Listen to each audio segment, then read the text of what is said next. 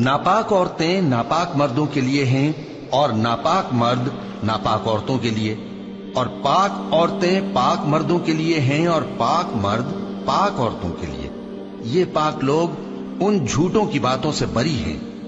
اور ان کے لیے بخشش اور نیک روزی ہے۔ مومنوں، اپنے گھروں کے سوا دوسرے لوگوں کے گھروں میں گھر والوں سے اجازت لیے اور ان کو سلام کیے بغیر داخل نہ ہوا کرو، یہ تمہارے حق میں بہتر ہے، اور ہم یہ نصیحت اس لیے کرتے ہیں کہ شاید تم یاد رکھو۔ پھر اگر تم گھر میں کسی کو موجود نہ پاؤ تو جب تک تم کو اجازت نہ دی جائے اس میں مت داخل ہو، اور اگر یہ کہا جائے کہ اس وقت لوٹ جاؤ تو لوٹ جایا کرو، یہ تمہارے لیے بڑی پاکیزگی کی بات ہے، اور جو کام تم کرتے ہو اللہ سب جانتا ہے۔ ہاں،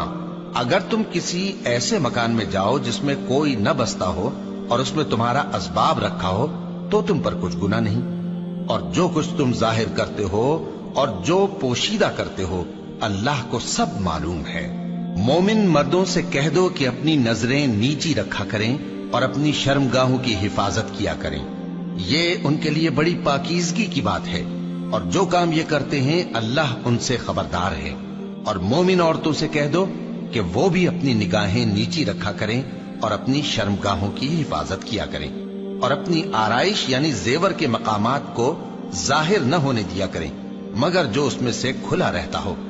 اور اپنے سینوں پر اوڑھنیاں اوڑھے رہا کریں، اور اپنے خاوند اور باپ اور خسر اور بیٹوں اور خاوند کے بیٹوں اور بھائیوں اور بھتیجوں اور بھانجوں اور اپنی جیسی مومن عورتوں اور لونڈی غلاموں کے سوا نیز ان خدام کے جو عورتوں کی خواہش نہ رکھیں، یا ایسے لڑکوں کے جو عورتوں کے پردے کی چیزوں سے واقف نہ ہوں۔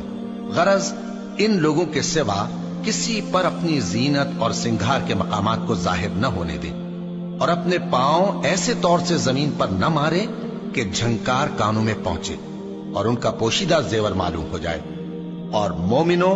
سب اللہ کے آگے توبہ کرو تاکہ فلاح پاؤ، اور اپنی قوم کی بیوہ عورتوں کے نکاح کر دیا کرو، اور اپنے غلاموں اور لونڈیوں کے بھی جو نیک ہوں نکاح کر دیا کرو۔ اگر وہ مفلس ہوں گے تو اللہ ان کو اپنے فضل سے غنی کر دے گا،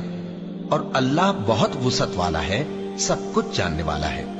اور جن کو بیاہ کا مقدور نہ ہو وہ پاک دامنی کو اختیار کیے رہیں یہاں تک کہ اللہ ان کو اپنے فضل سے غنی کر دے۔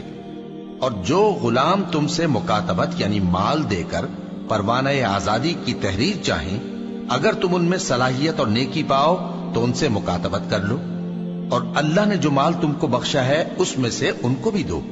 اور اپنی باندیوں کو اگر وہ پاک دامن رہنا چاہیں تو دنیاوی زندگی کے فوائد حاصل کرنے کے لیے بدکاری پر مجبور نہ کرنا،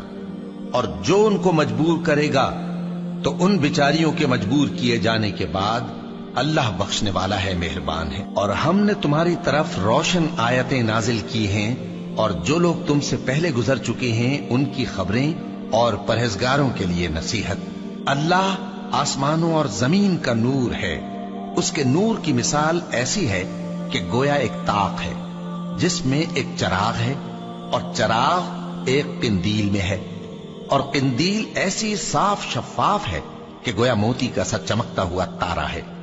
اس میں ایک مبارک درخت کا تیل جلایا جاتا ہے یعنی زیتون کا، کہ نہ مشرق کی طرف ہے نہ مغرب کی طرف۔